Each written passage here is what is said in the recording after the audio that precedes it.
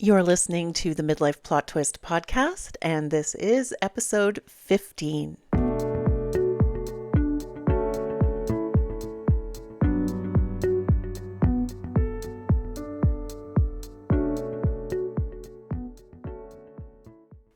Hey, how is everyone doing at the start of this new week? It's another Monday, another episode of the Midlife Plot Twist podcast. I hope you're well and that you're enjoying listening to the podcast. If you're new here, welcome, welcome, welcome. And if it's your second time here or more, thank you. Thank you, thank you. I'm truly grateful for anyone and everyone that chooses to take time out of their busy days to listen. So much gratitude. Thank you. Since starting this podcast a couple of months ago, I've been exploring different angles of what I'm referring to as the midlife plot twist. Calling it a midlife plot twist is my attempt to reframe the midlife crisis because I think crisis implies just a sense of powerlessness, negativity, and upheaval. Not all big change in midlife is or needs to be like this. Up to this point, I've spoken about how my midlife plot twist involves the surprise development that the career that I worked so hard to obtain, which is being a university professor, is not what I want or need anymore. And it's time, as a woman in my 40s, looking ahead to the latter half of my life, to open up to new possibilities and resign from my position. In today's episode, I want to share on an aspect of my midlife plot twist that I haven't spoken about yet on this podcast, but also in my life in general, because it's still so new for me and I'm still learning about it. I am still integrating it into my self-understanding, and because of that, I feel protective of myself and of it. This episode then is a personal one, and it feels like a more vulnerable one than I've shared with you so far. In my 40s, I have been diagnosed with ADHD and as autistic. Apparently, more and more women in their 40s are discovering this as well. For decades, these neurotypes were mostly identified in boys, and the signs in girls and women were often missed. Many of us learned at a young age to cope by overachieving, people-pleasing, camouflaging or masking, or pushing through exhaustion so that no one looked deeper. Today, what's starting to change is that criteria that girls and women are being evaluated or tested on. Everything is starting to change. Mental health organizations and researchers now acknowledge that ADHD and autism often show up differently in women, which is why so many of us are only being diagnosed in midlife. When I was a child, kids were not being flagged in school as they are nowadays. I remember that standardized testing would only flag kids that were deemed to be gifted or as having special needs. I think that's the term that they used back then. The world has changed so much since then. So this broader shift grounds this episode. I'm sharing my own experience because it's not just a personal story, but part of a much bigger one. And if you've been wondering why things have felt harder than they should, I put should in air quotes here, this conversation may help you feel less alone. That's my hope, at least. If you're listening to this episode and have a similar experience to what I'm about to describe, please feel free to reach out to me through email at midlifeplottwistpodcast@gmail.com or come and find me on Instagram at midlifeplottwistpodcast. I post weekly about the podcast and the various episodes, and I'd love to connect with you. For as long as I can remember, I've always felt different from others. And now before I continue, I'm going to disclose that part of this sense of difference emerged because of racism that I experienced as a child and as an adult who is mixed race. And I might talk about that in another episode. But apart from this, though, I've wanted to do better in school and later at work. I've wanted to fit in better, and I've wanted to not be so constantly overwhelmed. I've also wanted to be able to keep things neat, tidy, and organized at home, to be able to speak up more and express myself verbally, as opposed to always in writing or in my mind. And to be a better friend, or know how to be a good friend to someone at all. I also wanted to be able to regulate my emotions better, and I didn't want to be chronically overwhelmed anymore. I think I already mentioned overwhelm. Yeah, I think I did, but I'll say it again because it is a huge one for me. I've struggled in all of these areas since I was a kid. Inside, I feel I'm constantly pushing against an invisible current, and it's been like this for as long as I can remember. I'm always running against the clock, always running behind, reacting to life and my responsibilities as they come crashing down on me instead of living life and fulfilling my responsibilities one after the other and like anticipating the next one coming. Excuse me. I've lived with the constant feeling of having to catch up my whole life. I've always felt that I need more time for everything. I'd think to myself, if I could just be left alone to do this thing my way in my own time, to figure it out by myself, I would do it well and I would be okay and I would do a good job. But life has never been like that or given me the opportunity to learn and to explore things thoroughly the way that I need and want to.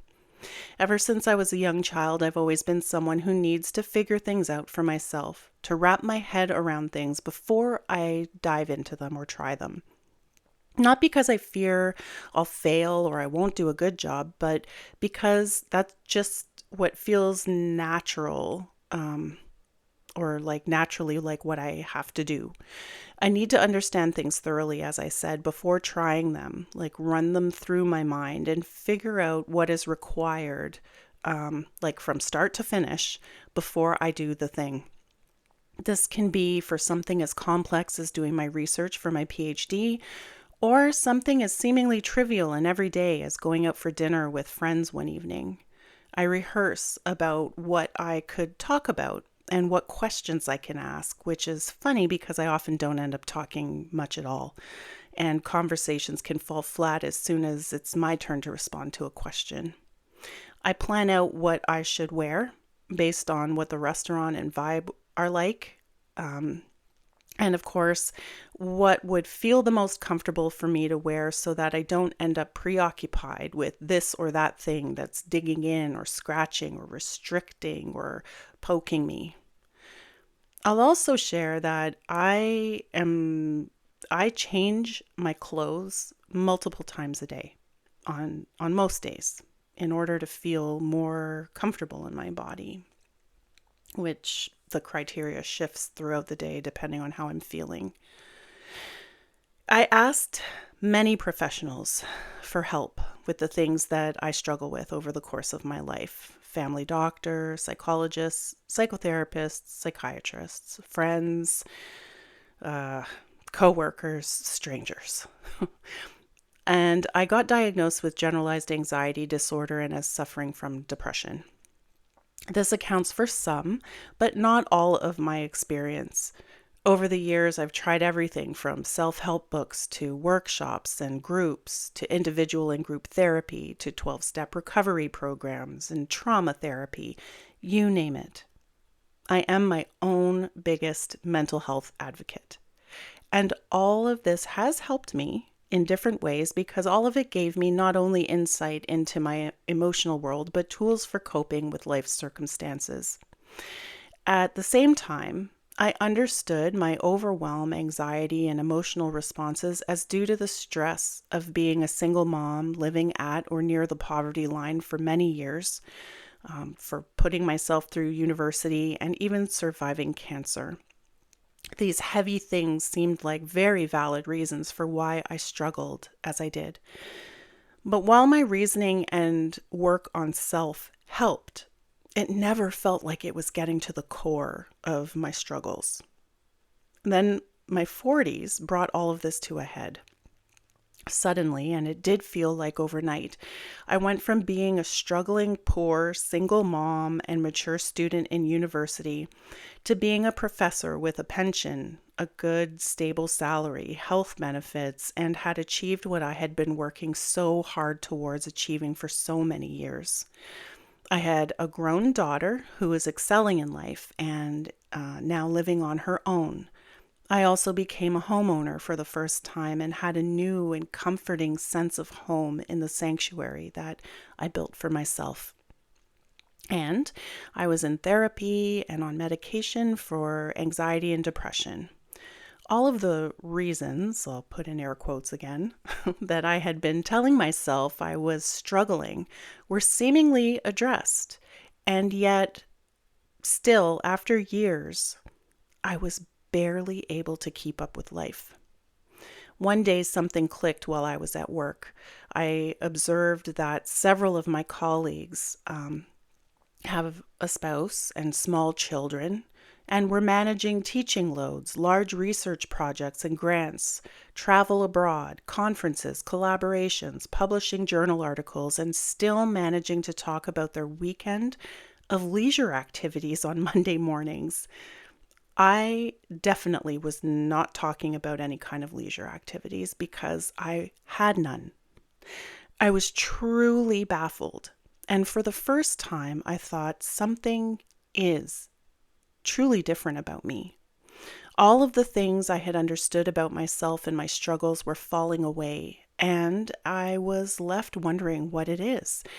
When talking with a friend about it, she casually asked me if I had ever thought about being tested for ADHD. When I started to I started to research it online, and I lit up. The stories I found and read that featured women who were diagnosed in late life as having ADHD, as being autistic, or both, expressed experiences and stories that I could have written about myself, right? That I could have written myself. And so in February 2023, I pursued psychological testing for ADHD and was diagnosed with ADHD, primarily inattentive presentation.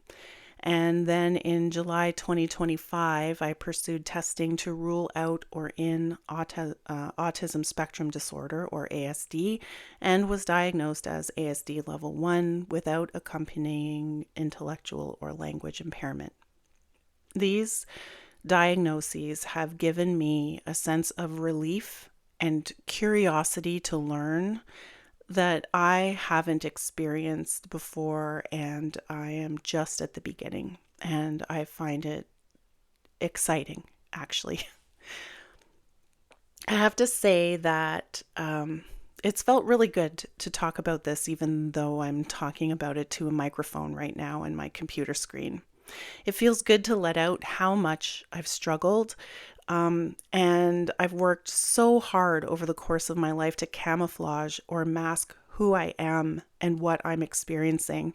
It feels particularly good to share part of my story because I know that I would have discovered this important part of who I am much sooner had I met or heard other women talk about their experiences with this.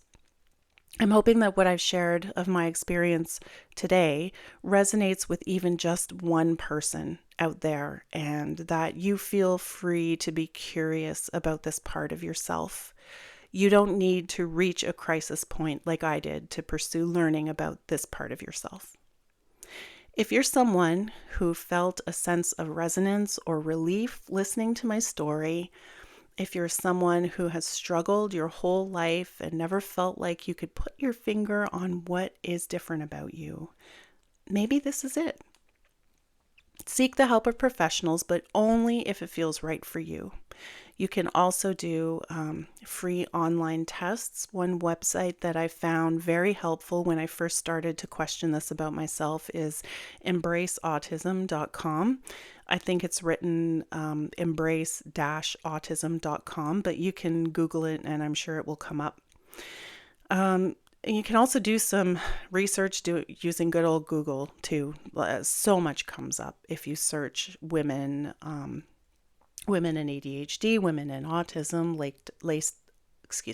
late diagnosis, and things like that. Oh, and there are a number of podcasts on the subject too. I've been finding those.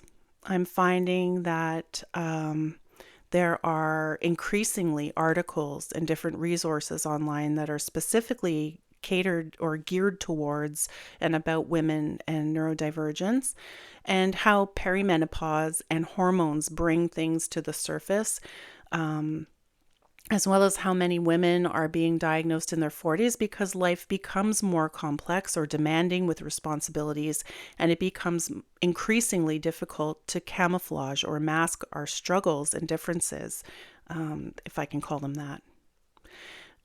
Just before I continue, another book that I've found really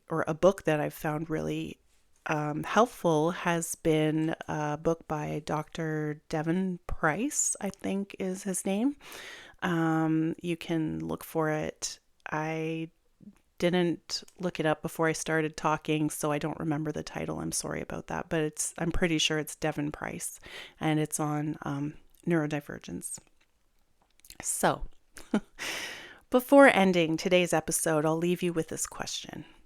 What would it look like to understand and honor how your mind and body actually work, rather than how you think they should work? If you're in your 40s and starting to realize that the way you've been living and working no longer fits, whether you're neurodivergent or not, it doesn't mean that something is wrong with you. It might mean that you're finally ready to imagine building a life that fits you, uniquely you. Okay, that's it for this week's episode. Thank you for being here with me. And as always, please follow the podcast and like it or give it stars if you're enjoying it. Share it with people who might enjoy it as well. Feel free to reach out to me by email at midlifeplottwistpodcast@gmail.com and come and find me on Instagram under Midlife Plot Twist Podcast. Until next week, be well.